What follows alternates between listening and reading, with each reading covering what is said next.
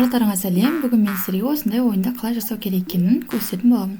Бұл ойынды кез келген пәнге, кез келген тақырыпқа жасауға болады. Мен 7 сынып алгебра пәнінен дәреже тақырыбына жасадым.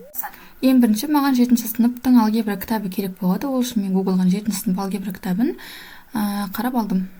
Себебі бізге теориялық мәліметтер керек болады жасанды интеллектке жіберу үшін, сондықтан осы нақты кітаптан алған дұрыс болады. Осы дәреже тақырыбы бар 2 бетті теориялық мәліметті скриншот жасап алдым бірінші. Одан кейін Google'ға Gemini деп іздеп, осы бірінші тұрған сайтқа кіреміз.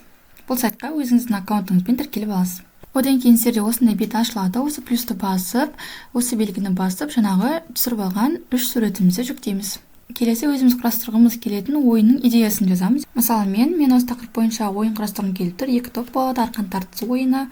Бірінші маған промпт жазып бер деп осындай промпт жібердім. Өйткені ол жасанды интеллекттің мені қаншалықты түсінгенін білу үшін маған промпт жазып бер деген сөзді соңына қостым. Бұл кезде маған жасанды интеллект ойынның сценарийін жазып берді. Осыдан кейін егер біздің ойынымызды түсінген болса, бұл ойынды мен HTML код арқылы жасайтын боламын деп ары қарай осы диалогты жалғастырамыз. Осыдан кейін бізге жасанды интеллект осындай код шығарып берді. Бұны бар болған біз жоғарысынан тұрған осы скачать белгісі арқылы жүктеп аламыз. Одан кейін осы кнопка арқылы оны ашамыз. Бізге ойынның бірінші нұсқасын құрастырып берді. Яғни бұл жерде команда атын өзгертуге болмайды әлі. Бірнеше сұрақтан ғана тұратын ойынды құрастырып берді. Енді осыны тағы да өзгерту үшін қайтадан осы жоғарыдағы Gemini'ға қайтадан өтеміз. Яғни жасанды интеллектке. Одан кейін осы жерде мысалы команда атын өзгерт және нұсқаларды басқан кезде звук шықсын деген сияқты осындай өзіміздің тағы да қосқымыз келетін идеяларымызды жазамыз.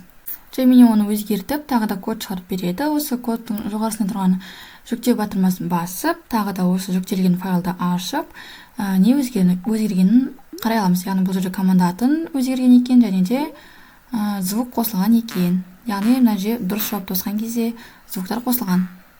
Қате жауапты қосқан кезде звуктар қосылған.